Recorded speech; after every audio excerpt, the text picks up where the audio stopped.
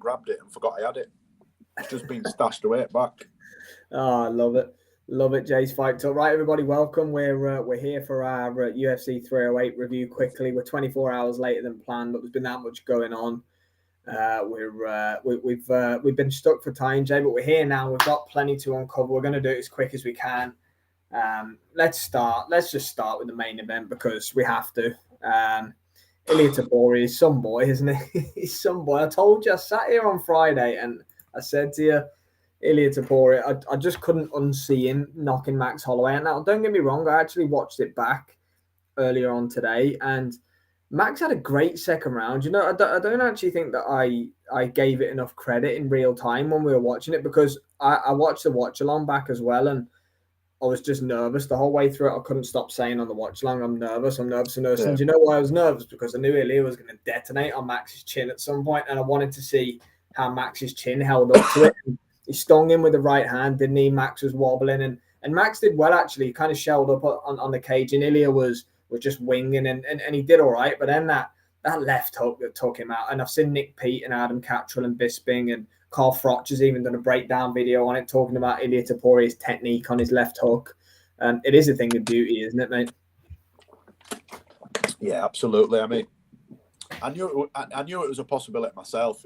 I'm just a massive Max Holloway fan. I've watched every UFC fight he's ever had. I wanted him to win, and I was gutted in the moment. But you can't not be impressed by Topuria. I mean, he beat one of the best boxers in UFC, MMA.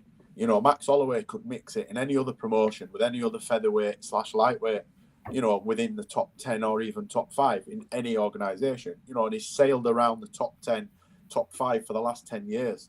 I was just gutted because I'm a massive Max fan, but then in awe of what's unravelling in front of us. Ilia Topuria's certainly up there for Fighter of the Year. I think for me, he beats Powhatan just on body of work and being up against it, whereas Powhatan's been more the favourite. It's a good debate, actually. I'm glad you mentioned that. It's a good debate. I think, without question, Ilia Topuria's 2 victories and the manner that he's done them, especially against Max Holloway, he's never been knocked out. It's who he's done them against, though, for me. Yeah, Volkanovski and Holloway knocking them out stiff as he did outweighs Jamahal Hill, Khalil Roundtree, and Yuri Prohaska for me. Well, they've all been stopped before in other ways. Jamahal Hill's not been flatlined like that. I think Prohaska's been stopped. I think he Alex stopped him before that. It was a rematch, wasn't it? Yeah, but I meant prior to him. He stopped him rising. Yeah, that's what I'm saying. He'd been stopped before the UFC. I'm not dismissing the accomplishments and saying that they're scrubs. But what I mean is, Topuria's going through legend after legend. It's not just contenders that he's beating. Powhatan's beating contenders. Ilia Topuria's beat absolute fucking legends. Do you know what I'm saying? Max Holloway will go into the Hall of Fame. First ballot, probably. Alex Volkanovski slowly came up, was the heel, then became he was on people's pound for pound list. Even after the first Islam fight, Volk was still on the pound for pound list because remember, it was outside of his normal weight division. And the first fight was way closer than the second fight. Arguably, he won that. So for me, Ilia Topuria has gone from 0 to 100 in the same amount of time as what Powhatan has, pretty much. From him knocking out Jai Herbert to where we saw him at the weekend is a pretty short space of time, really. 18 months, are we talking? 2 years, is it? Or 2 something? years. Yeah. So for me, he pips Alex for Fighter of the Year, just on the fact of his opponents. I think Powhatan any other year his hands and head and shoulders above everybody else in terms of Fighter of the Year, and it was a done deal until the weekend. I always knew that could happen because of how hard he hits. I know Max had never been stopped. I thought he were going to stop him more late on if it were going to come through exhaustion, sort of turtled up and wobbling, and the referee would step in, a bit like when Powhatan stopped Izzy, a bit like that. I didn't think he'd knock him out. And if you watch it for a brief second, Max is unconscious. He goes completely out. Yeah, he couldn't get up. He couldn't. He said himself. I think that was more to do with him resigning himself to what had just happened. I think he more stayed down. I'm not saying he wasn't knocked out because I've just said it. You can see him go out, but he comes round again. Bit like McGregor and Poirier when Dustin knocked him out. Like McGregor was out, but like he was kind of just like, he wasn't like stiff, was he? He wasn't unconscious. He was just like processing the moment, possibly processing what had just gone on. And I actually turned full circle. I commented on one of Ilia's posts and tagged him in it and just said, "Look, I wanted you to lose, but I'm a fan now. I'm a fan anyway because I'm a fan of the sport. But I've got a newfound respect for him for doing that to Max. Oh, he's a savage, mate. He's an absolute savage. I'm not a big fan of the bravado outside of the octagon. It's a bit Conor McGregor rip-off-ish, but no doubt about it, the guy is an absolute killer. Him and Sergio Ramos are best mates. They've known each other about a year. Fucking idiots. Ramos went on like he was fighting, swaggering in with his best. You love that one. All fight week, you've been doing him about Sergio Ramos. Sausage. But he's a great champion. I mean, he looks the part. He speaks all right. He's a bit of a Conor rip-off, but, that's what you've got to do now to get, O'Malley. Big up, Luca. Yes, Luca. O'Malley. Yeah, I agree with that, Luca, definitely. No. I mean, featherweight's been one of the deepest divisions for as long as I can remember. I mean, just going back to Uriah Faber, Jose Aldo, those kind of fights. Chad Mendes. Conor, Max, Volk, they're the people who carry the division. This division's deep. Whereas light heavyweights, you've always had sort of John Jones, DC, and everybody else, everybody else is sort of a couple of levels below them. Yeah. Featherweight, it's consistently just kicking out, contenders. We've got what's his name, the lunatic Diego Lopez, sat in the background in the shadows. Waiting. I believe Topuria will knock him out, but Lopez is a bit more erratic and a bit. Do you think they'll do that fight? That was my next question, Jay. Who do you think Ilia is going to fight next? So you got Lopez there. Volk's been rumored he was in the octagon afterwards. I think Volk will get it just based on his body of work, being the former champion. It was a knockout, so he can always say, "Look, I got caught." I think he said. I don't quote me on this, but I'm pretty sure I've read somewhere that he wasn't 100% going into that. I might be wrong. I'm mixing two stories that I've listened to today together, but Volk's got a more of a case than Lopez. I feel sorry for Lopez because he's done everything asked of him, hasn't he? He's stepped in short notice.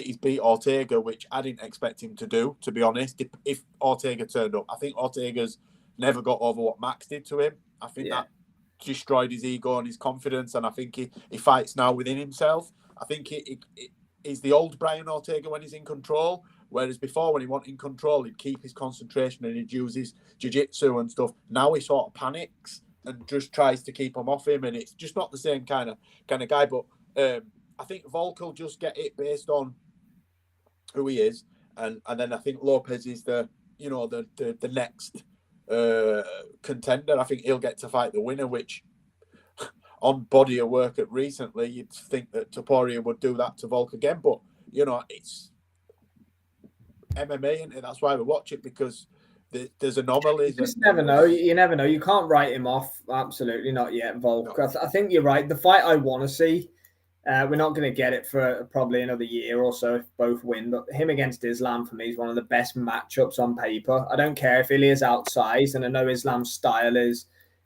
but he's fallen in love with his striking a little bit lately, Islam, and if he wants to stand up and strike with Ilia Topuria, there's a real possibility. And don't forget, Ilia's his jiu-jitsu's legit as well, but he's not at the level of Islam anywhere near on the ground. No, I stand and bang with him. I think size will be Ilia's problem going up. I know he's talked about 3-weight world champion and going up to welterweight, and the right fights at the right time, it could potentially happen. I always believe that Conor could have done 170 if he'd have kept the momentum after the Eddie Alvarez fight, rather than dip out and dip in. Look at the size of Ilia versus Conor. When he beat Eddie Alvarez at the time, Conor was the man back then and had not got used to that style, whereas that style now is 10 a penny.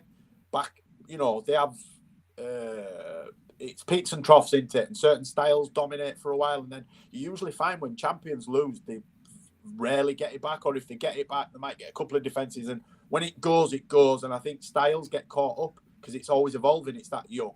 And you see it with boxing. You get certain styles that will pop up, and who can I use as an example in boxing? You know, like the Sonny Edwards type style, that fast, fleeting foot. There's not many that box like that. So you get to a certain level, then eventually you find someone like Bam, who his style is counter to that. That's the next style, and they have. And MMA is very much like that. And I think size would be the only thing that would. I don't see him beating someone like Khamzat at 170. He was a massive 170. And we saw him at 185 the other night. Khamzat will just ragdoll him just on pure physical strength. I actually think he'd struggle with Bilal or Shavkat. The size is too. Imagine Shavkat on him, or you know, some of the. Even Bilal, for example, it's too big. It's big. A good test would be Gilbert Burns, somebody that fought at 155. That's not a massive welter. If he ever wanted to test that, but yeah, I could see him fighting Islam, and I give him a good shot. Put his name in the hat. He has to, because he's featherweight champion. He's just knocked out Max Holloway. So, you know, there's other than Lopez and a rematch of Volk, there's not many fights. And listen, the UFC, their backs against the wall at the minute. Because when John Jones has fought Stipe at Christmas, right, all the big stars have been out this year, right, and without the pomp and ceremony like the Sphere, if you took that Sphere event and put that anywhere else, we're not really talking about it. Wasn't great, was it? It's a bang average card. It was the pomp and ceremony that went around it. I think this weekend's card, 308, is one of the better ones of the year for me. Oh, for sure, yeah. Just brilliant. For the fighters that were in it, you know, there were big fight after big fight after big fight. The Jones Stipe card is, it's okay. It's not great. You know, they've rushed Chandler and Oliveira together on lastminute.com and stuck that as the co-main event. That's not a fight that anyone really were clambering. Were you clambering to see that fight? No, we've seen it before anyway. We've seen it before. We know how that fight plays out. Chandler will probably go win that fight now. But what I'm saying is I wasn't clambering to watch that again.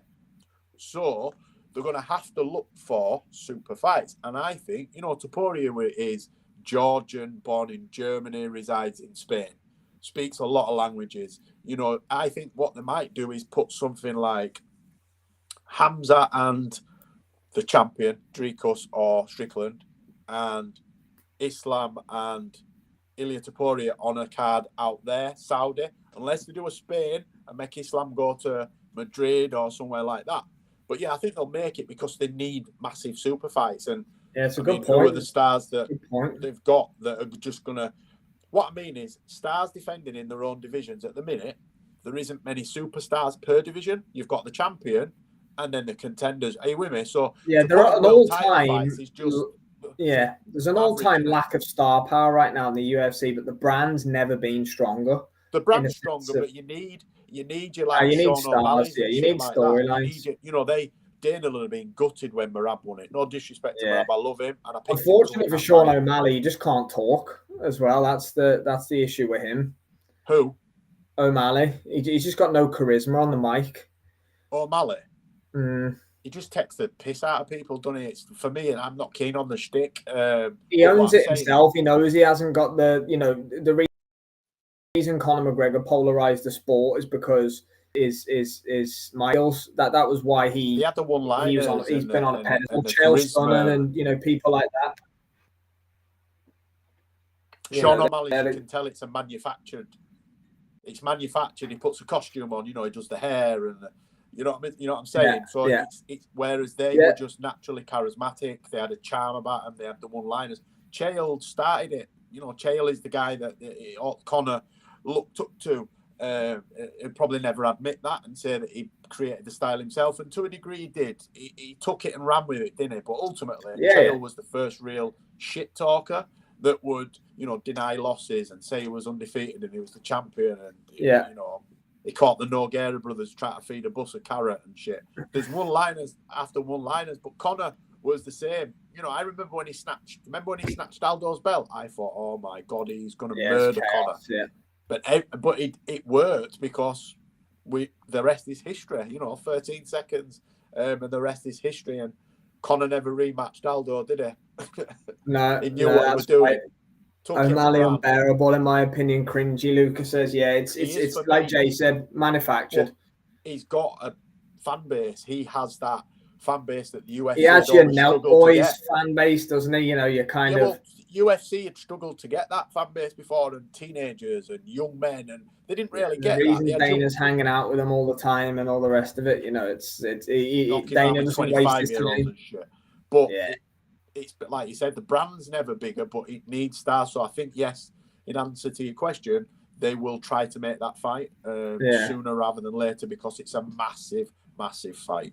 Speaking of stars, Jay, we knew he was anyway, but Khamzat Chimaev's star really reached its peak on Saturday night. Completely ran through Robert Whittaker, didn't he? Mate, I was dogging him Saturday morning when me and you went live, Saturday afternoon, whenever that was, to sort of preview it. I was dogging him. I said, where's the Khamzat that we all know? You know, is he injured? Is he sick? He's too small. Robert Whittaker's too good. He's wrestling there out the window. I don't even think he took a punch in the fight, did he? They no damage whatsoever. Postured, took him down. Yeah, broke all his bottom rack. That's all she wrote. And then called out Dricus. Mad. Mate, every time I think he's up against it, like, because we saw the vulnerabilities in the Gilbert Burns fight, I now think, no, he was right. Yeah. He was not unwell. You try and replay that scenario. I picked Robert Whittaker to win the fight myself as well, but it just doesn't work like that. When he'd said he wasn't well and this, and I'm like, yeah. But I'm now thinking, well, it's right, because every other performance, he just ragdolled him. You know, all right, Kamaru, but again, he was still in that. He said he's only just got right. He's only just got right from having. It's a scary proposition for Sean Strickland and Dricus du Plessis, but I worry about Khamzat's activity, you know, Jay. Sean Strickland's leaning into it. He's called him he said, you can't go back to Chechnya. You're a shit house. Yeah, I saw that. Sean's got to beat Dricus first before he talks about Khamzat. And but he's doing that because he's saying the fight's his. He's not trying to get a fight with Khamzat. He's saying, get in the back of the queue, dickhead. Yeah. Well, Sean will get the next shot. Sean will fight him in January or February. But does he, though? It's the UFC, mate. I know. Well, that's my next question, because Khamzat's really struggled for activity. So he fought Usman last September. Who's going to fight? He's fought in October now. What does he do? Does he wait out till this fight's not even announced yet? Sean Strickland against Dricus du Plessis. We know it's going to happen, but it's not announced. So it's like it's going to be another 8, 9, 10 months minimum before we get into. Is it? He needs activity, and I thought that, and I mentioned that on my what's next Khamzat video.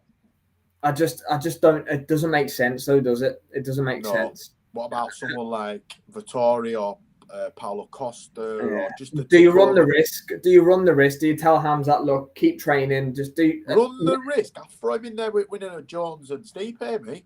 I'm joking. I know what you mean. It's not. It's a risk, but it's not. It's like, you know, what if he breaks his leg in the octagon on a leg kick or something? What happens every time Khamzat goes off and doesn't fight? He ends up in camp with Darren Till, and we don't see him for 12 months. I'm not blaming Darren Till. I'm just saying he just goes off and gets sick. It'd be nice to see him have 3 fights in a year, wouldn't it? Yeah, he seems to have his shit together, and he did that when he first come to the UFC, didn't he? He had 2 fights in 10 days, 3 fights in 2 months or something like that, and then he just went bam, massive gaps. I loved what I saw out of him at the weekend. I hated it because I'm a Bobby Knuckles fan, and I have been for a long time, but I loved it because, you know, he shut a lot of people up. Me, you know, I had to eat humble pie and admit that I was massively wrong, but I don't mind it. Like I said with Topuria, because I'm seeing the evolution of a fantastic elite athlete in front of my eyes. To go for that takedown so far out, and to continue with it and chain it together and just stick at it. And the next thing, Robert's bottom lips, and he didn't even look like he tried, really, did he? No, it's effortless. It's absolutely effortless. He's insane. Robert Whittaker's bottom teeth, I've seen a picture and they look like they're set back about an inch, like his forearms just smashed. He said he's got weak teeth. I watched an interview with him saying he's got very weak teeth since he was a kid. He did say that, but even so, man. Oh, it's mightily impressive. Before. Yeah. Surely been face cranked before, you know, but that was the pain, because he tapped immediately, didn't even try to get out of it. He just went, yeah, done, let me go. I'm excited every time Khamzat fights anyway, because he's never in a dull fight, but I'm more excited now to see him fight for the belt. I can't wait to see him. Him against Dricus is an unbelievable fight.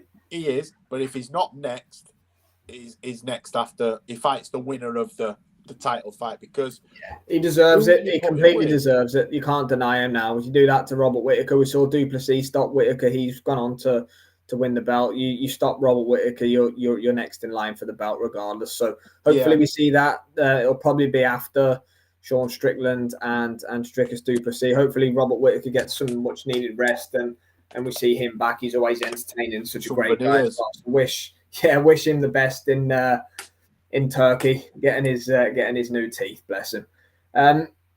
Magomed Ankalaev, it's been confirmed. I think Ariel showed tonight that he is indeed going to face Alex Pereira next. After his win over Alexander Rakic, who I do rate, and we spoke about it on the live as well, but it wasn't wrong there with Rakic, was it? He's gun shy, man. In second round, he just seems to just go whoosh. And he has a really good first round. It's not entertaining, is it? No. Does he beat Alex Pereira? I don't think so. I think Alex is too quick. I think he'll catch. Who's favourite in that fight? I saw that Ankalaev's favourite in the fight. Based on what?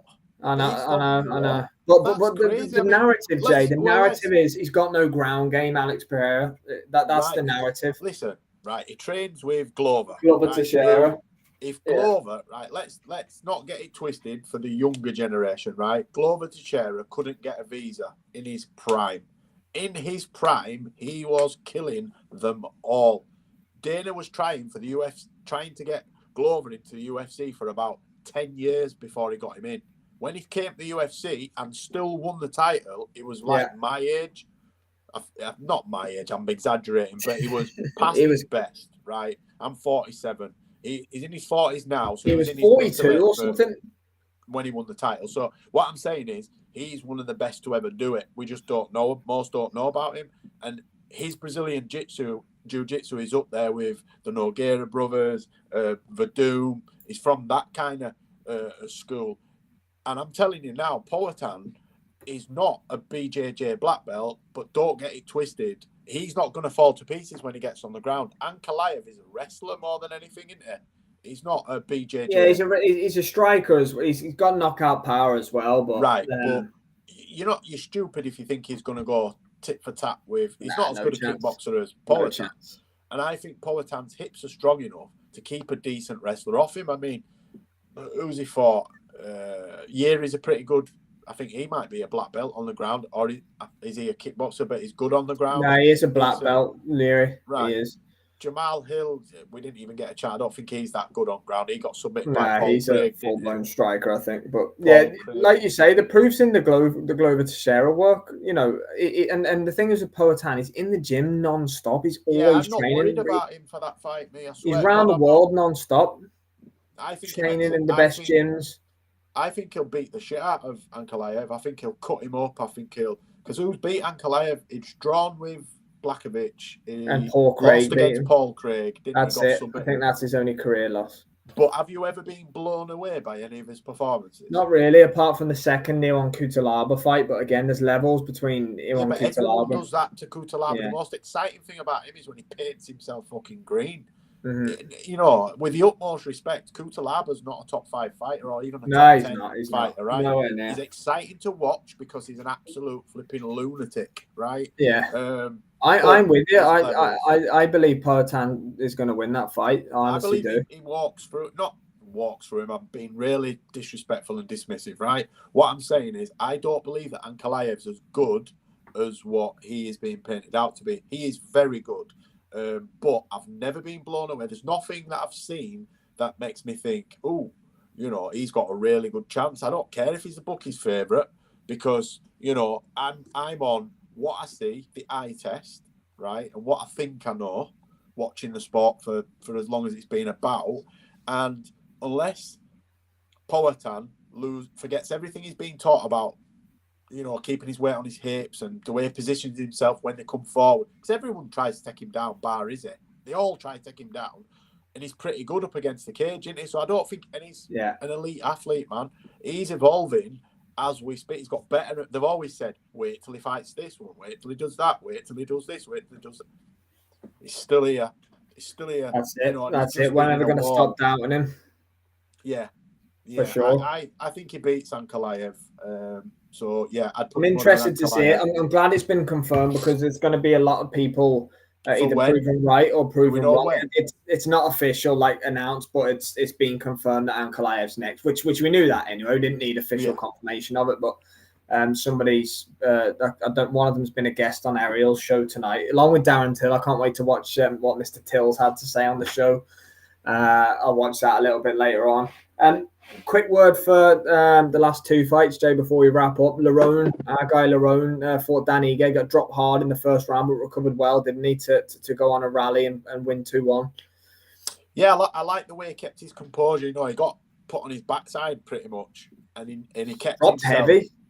He did, but what I liked about him, he rolled straight forward and he was moving his head. He knew that he had to clear his head before he got hit again, and he did everything right. You know, that was good to see because we know now that he can get hurt and keep his shit together, keep his composure, you know, keep his frame, keep his form, and then go back on the attack.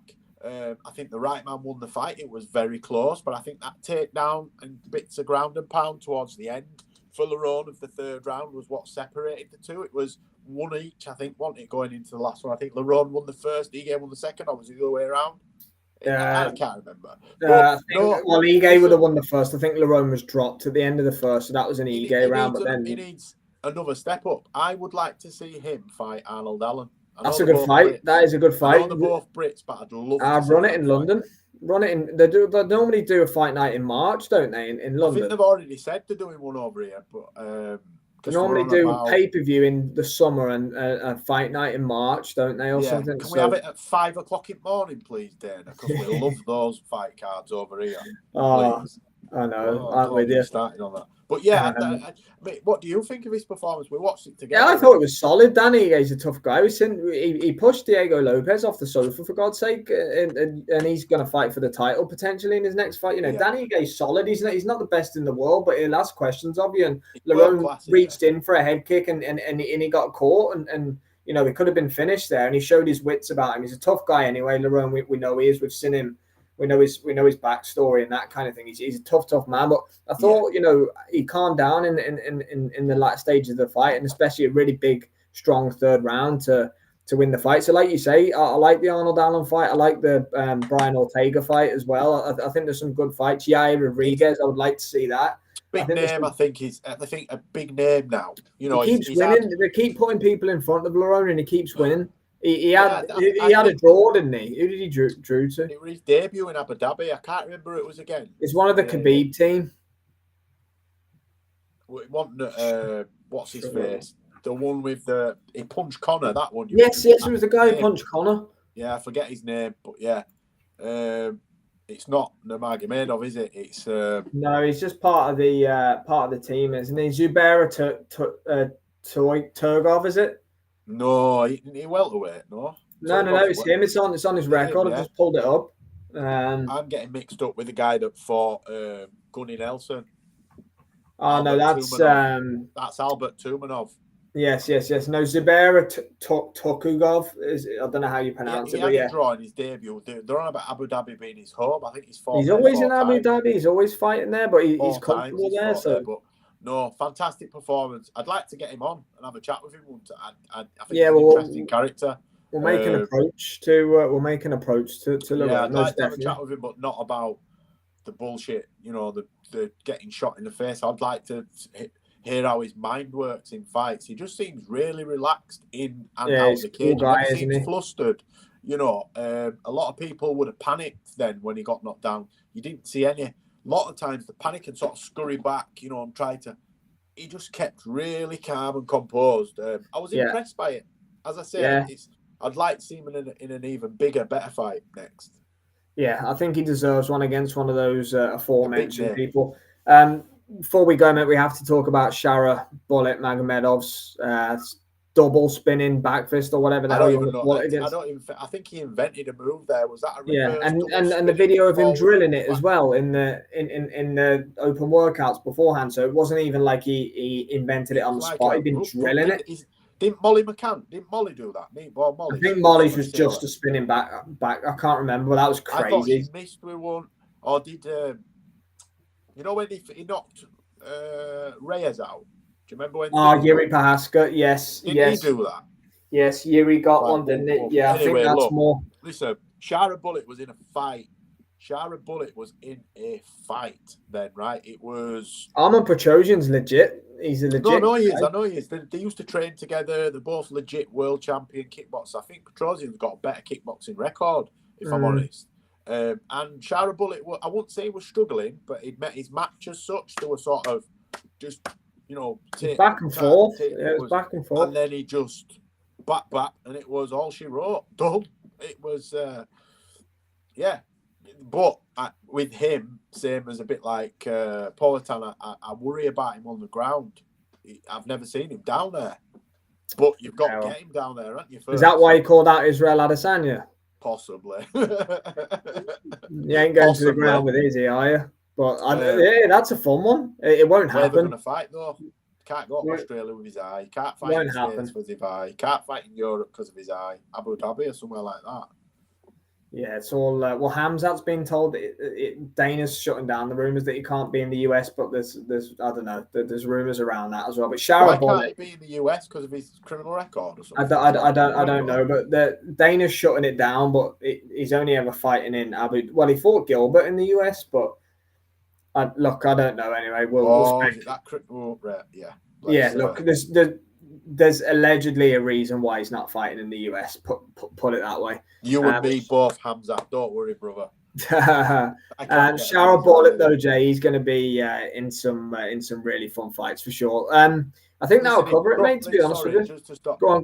If Trump gets in, you're telling me that Khamzat can't get a visa, or Shara Bullet can't get past the fight. Shara Bullet will end up headlining Madison Square Gardens with a flipping eye patch on. DJ Pat. Yeah, I hope you're well, Pat. Thanks for green cards, mate. Other than the Mexicans who he wants to build a wall for, any fighters with visa issues to speak to Uncle Donald. Absolutely. Jay, we've got Brandon Moreno versus Amir Albazi this weekend from Fight Night. I'm not overly excited about it, if I'm being completely honest. Erin Blanchfield versus. Yeah. I like Brandon Moreno. He's legit. I was gutted when Pantoja beat him. I thought he'd edged it, to be honest, but yeah, it was close. It wasn't, and he's just lost to Brandon Royval as well, Raw Dog. Which I thought he won that one as well. Yeah, it's close. He has a theme, doesn't he? He's always in. He's in exciting fights. I mean, look at the fights he had with. Pat. Yeah, there you go, Pat. Yeah, I think you're on. Ramzan Kadyrov? Yeah. Yeah, but they can't. He was with Artur Beterbiev in Saudi, wasn't he, the other night as well? So yeah, it could be that, Pat. You're right. Thug Rose against, probably. Yeah, Thug Rose against Blanchfield's on the undercard to that one as well. Like Jay, that's a test for Blanchfield. Yeah, Derek Lewis Rose, as well. Say again. Derek Lewis on the card as well. It's not the worst fight night card of all time, to be honest. Derek Lewis is. Well, I was going to say never in a boring fight, but I think he holds the record for the boring fight. Dana's brought that one up a few times, hasn't he? About Francis Ngannou. Should probably cover that quickly before we go for 2 minutes. Dana not happy with Francis Ngannou after. Mate, Dana. Yeah, come on, Jay. He's coming off like Oscar De La Hoya. He sounds jealous ex. He sounds like a jealous ex. I've got him. I've had the stories about me. He can't. You could see that he couldn't just say, "Look, we couldn't negotiate a deal." Francis thought the grass was greener somewhere else. Good luck to him. Seems to be doing all right. We're thinking about other champions Francis like is a John bad Jones. Person was the quote. But he's talking about he's not a good John guy. Jones, that's why he left, and talking shit, Dana. Everyone can see you talking shit. Francis wanted a piece of the pie for himself. He knew his worth as the baddest man on the planet. He wanted the fights when he wanted the fights. You wanted the fights when you wanted the fights. He fought out his deal. The money that you threw at him, you're saying he would have been more. Listen, you're talking shit, Dana. He made How much for fighting Fury? How much for fighting? Around 20 million for both, I heard. Right. So let's talk realistically, right? The biggest champions the UFC have ever had. Conor. What's Conor's biggest purse for UFC? 15 million, something like that. No, I think he made the Khabib fight was an outlier. He made a ridiculous amount on that, but right. But we're not talking outside of Khabib, probably 10, 15 million. I would say. I think he got 15 for fighting Diaz, right? And Conor's an anomaly. So let's take another champion, John Jones, then, who apparently Dana says is the best striker, the best wrestler, the best looking, the best cook, the best singer, the best dancer, right? We get you, Dana. You couldn't stand him 4 years ago. We get you, brother. We get you, right? So let's take John Jones. What would you say John Jones' biggest purse is? 5 million? Yeah. John Jones is going to start earning money now. I'm talking historically. When Francis was arguing with the UFC, he was on about 500 grand a fight. And they offered him a deal that was an 8-fight deal, signed up for life. I think his mum had been signed up. He's on an exclusive deal just in case, right? They wrap you up, don't they, the UFC? And Dana's saying, oh, it would have been worth more. Maybe over the 8 years, if it had gone up and up and up and he was fighting Jones and Aspinall, but not in truth, no. Francis has made 50, 60, 70. Remember, he got pay-per-view as well off the Fury and the... So he might have made 60 million. Let's say he's made 50, for argument's sake. Then he got... What will he have got for fighting the other week? 10? Yeah, I don't think it would have been quite 10. 5 Listen, potentially. that fight was big. That fight was big. I heard it did 10,000 pay-per-view buys. How many? 10,000. That's the reported rumor.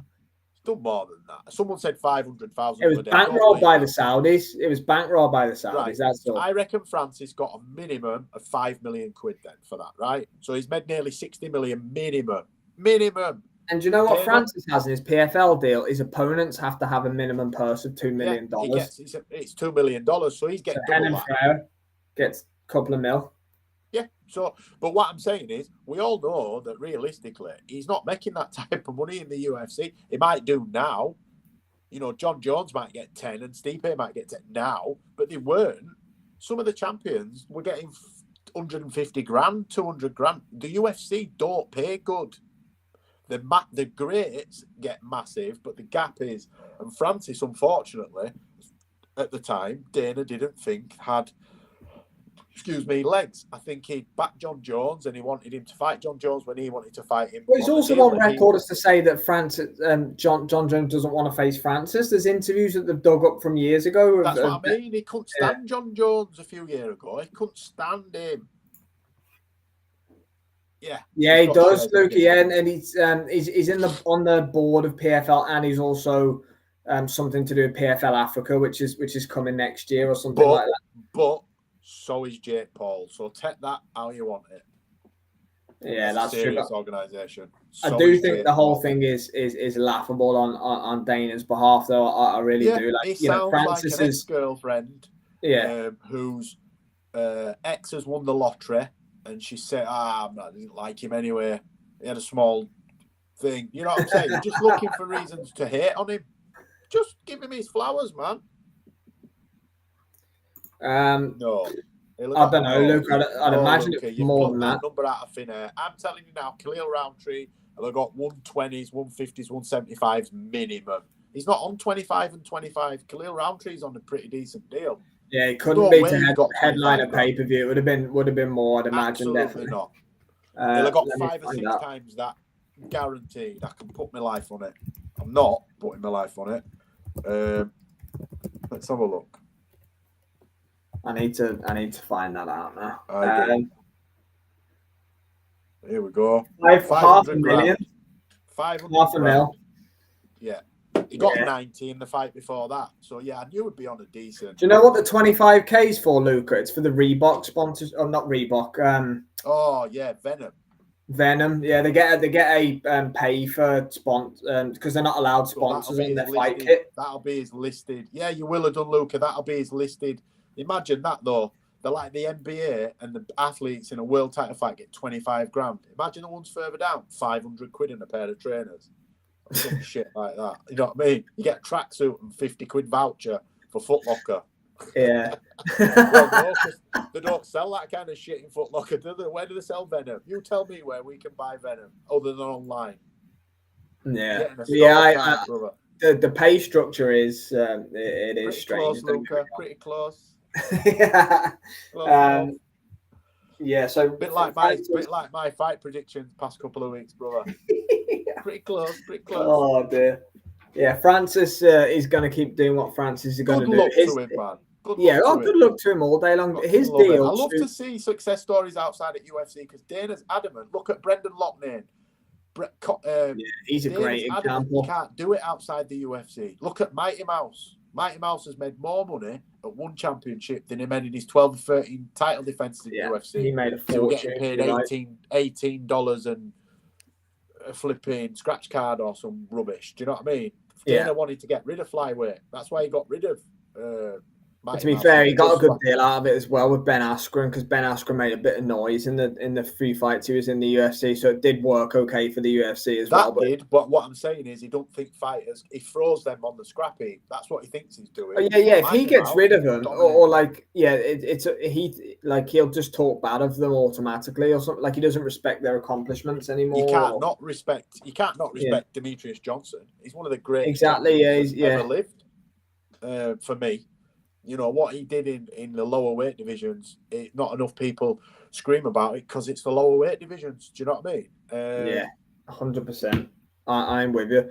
Right, then we'll leave it there for tonight, Jay. That was a good little review of this past weekend's action. Thanks for joining me. We'll be back. As always. Yeah, absolutely, mate. We'll be back tomorrow for No Punches Pulled with a very special first guest host. Liam can't make tomorrow, so myself and Jay will be revealing that tomorrow. We're looking forward to that. We'll break down. Obviously, we'll continue the debate from Catterall Prograis. Liam Davis against Shabazz Massoud is coming up this weekend. Ashaki Foster against Hobson Conceição as well. The robbery that is being rematched this weekend. Shaki Foster lost that fight, man. What do you mean? There's a pro box card on Friday night as well. Poddy McCrory's back in his first fight since fighting Edgar Berlanga. Robbie Davis Jr. is fighting. Robbie Davis Jr. against Javier Fortuna. That'll be a good fight. That we'll do a little watch along to that because that'll be a cracker, I think. So it's live and free on ProBox TV on YouTube as well, which is great. So we'll preview all that tomorrow. We'll have obviously got many videos coming later in the week to break down the fights individually as well. We'll do watch alongs Friday and obviously watch along Saturday for this weekend's action. Go follow at Jay's Fight Talk on X, of course.